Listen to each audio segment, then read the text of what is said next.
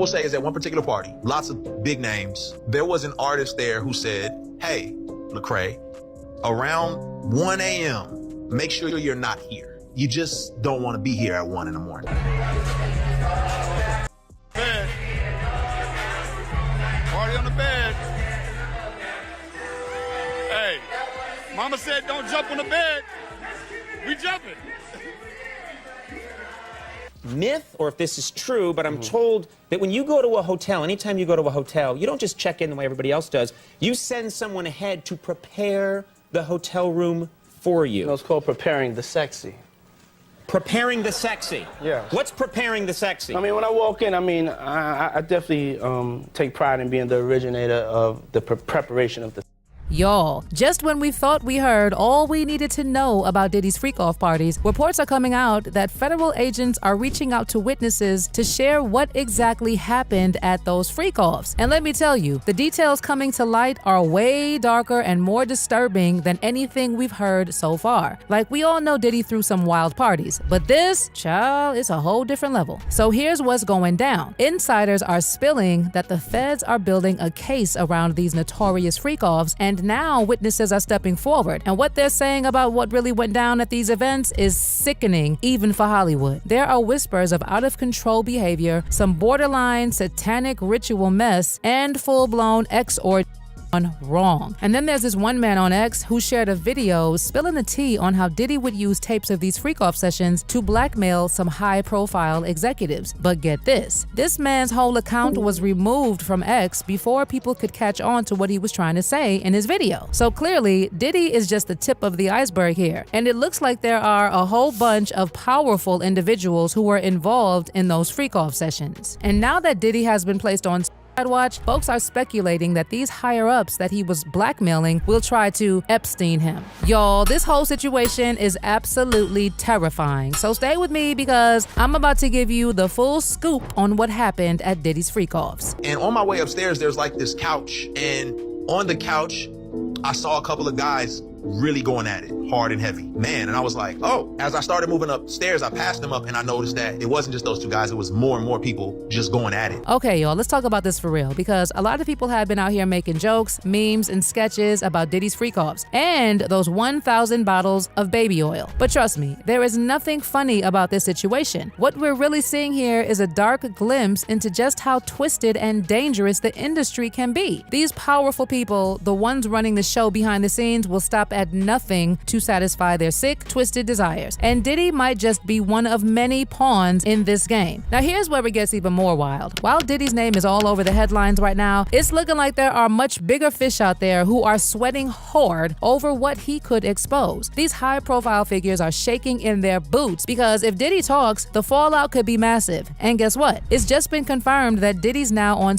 side watch at the Brooklyn jail, where he's awaiting trial for his alleged role in an ring. According to the New York Post, Diddy's mental state is unclear, but they're putting him on watch as a preventative measure. Now, you know people are already out here comparing this whole situation to Jeffrey Epstein's case. Remember how Epstein was supposedly found dead in his jail cell after taking his own life? Yeah, nobody really bought that story. Epstein had dirt on everybody, from celebrities to politicians, and we all know he was running some dark, behind-the-scenes blackmail operation. He'd lure these high-profile people to his sick parties, get them involved with individuals underage, and allegedly tape the whole thing, using the footage to blackmail them for who knows what. And before you ask what the motive was, well, you already know. I can't get into the full details here because YouTube will snatch this video down real quick. But if you do some digging into Epstein's background, his connections, and the role his accomplice Ghislaine Maxwell and her father played, you'll start to piece together which foreign country's intelligence agency Epstein allegedly worked for. Now let's get back to Diddy because the whispers in the industry are wild. Word on the street is that Diddy was pulling the same kind of moves as Epstein. Allegedly, his freak-offs weren't just about wild parties, they might have been part of a deeper, more disturbing blackmail operation. There's speculation that he was also luring big names to these parties, getting them involved in shady situations, and possibly using that as leverage. And now with all these new details coming to light, the industry is in full-on panic mode. The higher-ups are terrified that if Diddy spills what he knows, it could expose a whole web of powerful individuals doing things they really don't want the public to know about. And the fact that Diddy is on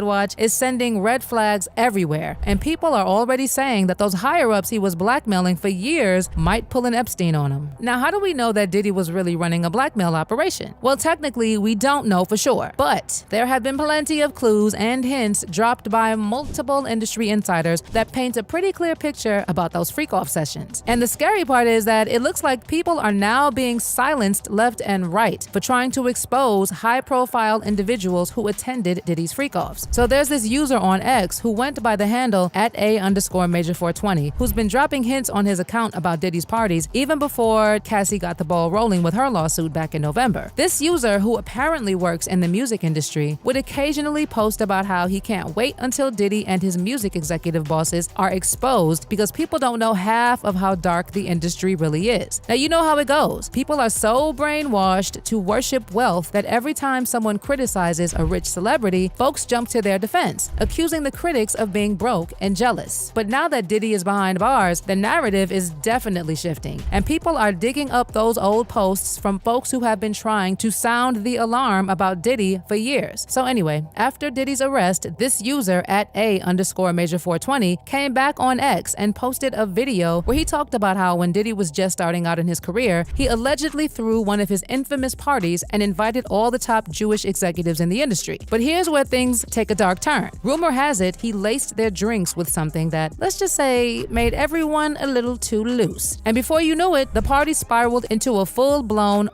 But Diddy wasn't there just to party. The tea is that he supposedly recorded everything that went down that night and then used those recordings to start blackmailing these powerful execs. Word on the street is that Diddy got a lot of his early influence and power by holding this footage over these executives' heads, using it as leverage to make some major moves. So anyway, that user on X who posted the video about how Diddy started blackmailing these executives, well, he had his whole account removed by X, and the video has now disappeared from the internet. I really did my best to try to find it, y'all, but they really buried that video. They removed it so quickly that no one was able to do a screen recording. But if it pops up somewhere, I'll make sure to update y'all on that. But even without the video, there have been rumors about Diddy's blackmail parties floating around online for a minute now. There's this independent journalist, Ian Carroll, who shared several videos a few months back about Diddy's rumored blackmail ring. And he alleged that this has been going on in Hollywood for decades. And y'all, this rabbit hole is deep. In order to understand this lawsuit against P. Diddy, you need to understand the history of blackmail. A lot of people in the comments are misunderstanding why rap music is so anti-gay. And a lot of people understand the ties of Israel and the Mossad to blackmail by Epstein, but a lot of people don't realize the ties of blackmail back to the invention of blackmail and the Jewish mob. So if you don't know what's going on, Diddy, one of the most influential people in the rap industry over the last 30 years, just got served this court case that alleged all kinds of crimes, including especially having all of his homes wired with cameras and hosting parties with underage girls, rappers, label executives, celebrities, politicians, and collecting sex blackmail on tons of important people. Like, we're talking Jeffrey Epstein level of operation, but in the music and entertainment industries. The FBI was founded by J. Edgar Hoover. He actually was the head of the Bureau of Investigation, the BOI, before the FBI was even invented back in the 20s. And he served there for 11 years. Then they invented the FBI, and he served as the head of the FBI for 37 years, totaling 48 years leading what was more or less the FBI. So we're talking like all the way from like the Great Depression through World War II into like the 60s. Like through the 60s music revolution into the 70s. All of that time period, the FBI was led by the same person, and he was one of the most corrupt government officials in all of US history. And understanding the state of organized crime and of law enforcement in America is impossible if you don't know about J. Edgar Hoover. And understanding the nature is impossible if you don't know about Meyer Lansky, who was a boss in the Jewish mob back in the 30s, 20s, like the Prohibition days and so on. Meyer Lansky, this Jewish mob boss, basically invented the concept of blackmail. And he did it blackmailing J. Edgar Hoover, the guy who was explicitly supposed to be taking guys like Meyer Lansky down. The Wikipedia articles are sanitized, but basically Meyer Lansky had a photo of J. Edgar Hoover using his mouth on his main assistant, Clyde Tolson. Realistically, it was his boyfriend. They were a couple. But then, once Hoover was blackmailed, he was like, how much worse could it get? And so he started hosting blackmail parties in collusion with these mobsters and inviting all sorts of important people to these blackmail parties to collect his own blackmail. This all happened in what was called the Blue Suite at the Plaza Hotel. And it was basically a bunch of male cross-dressing all caught on camera for like a decade or more. And because Hoover was already blackmailed by the most powerful gangsters in the world, like he just went and hosted them, and everybody got blackmail on everybody. But the critical piece to understanding the gay aspect of rap music today and the whole situation back with Hoover is that at the time, remember, Cold War, McCarthyism, like we got to get rid of all the communists. There was what was called the Lavender Scare, which is basically just saying that they were all really worried that gay people would get blackmailed by the Soviet Union. And so it wasn't good to be gay, because if you were gay, you could get blackmailed because you wouldn't want anyone to know you were gay. And so don't be gay. And so you should be ashamed of being gay. And so then they'll blackmail. It's like, see, it's like a big circle of how the one creates the other, creates the other, creates the other.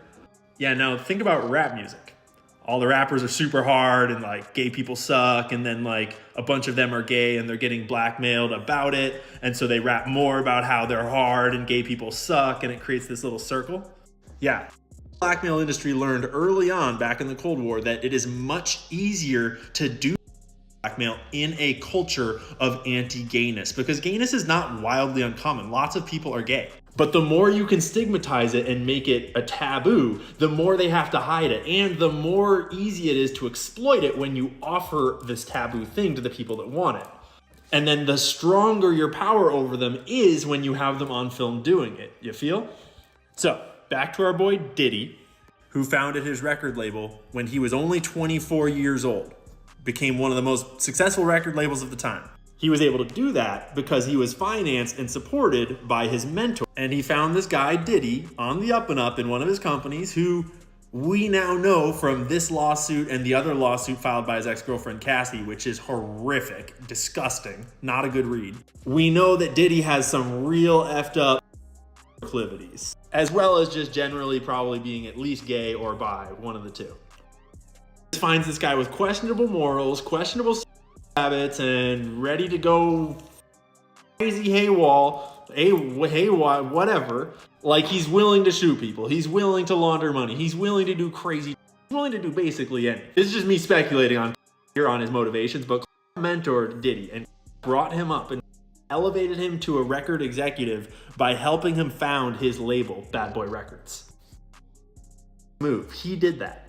And then Diddy, along with a lot of help from a lot of other people all around him, proceeded to do 30 years worth of blackmail operations within the rap industry and promoted artists that seem to have been ensnared in it, like Usher, for example, like Meek Mills. Hell, even Justin Bieber is like directly in this storyline.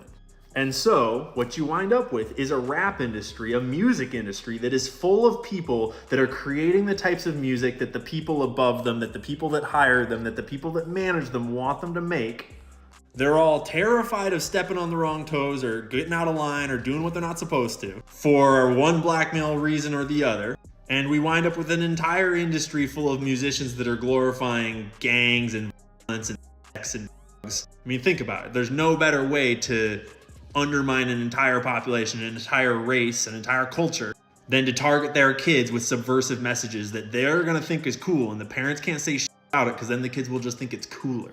Yeah, I told y'all that Diddy and that baby oil are just the tip of the iceberg. It seems that underneath all this drama with Diddy is a whole web of powerful people involved in some really dark dealings. And let's be real, we've probably only scratched the surface of what actually goes down at those freak-off parties. If the rumors are even halfway true, the things we've heard are nothing compared to the real tea that's yet to come out. So let me know how you feel about all these new stories that are coming out about Diddy's freak-offs. Is Diddy really Epstein 2.0? And do you think he'll live to tell the tale and expose those higher-ups he was allegedly blackmailing? Drop your comments below and stick around for this next video.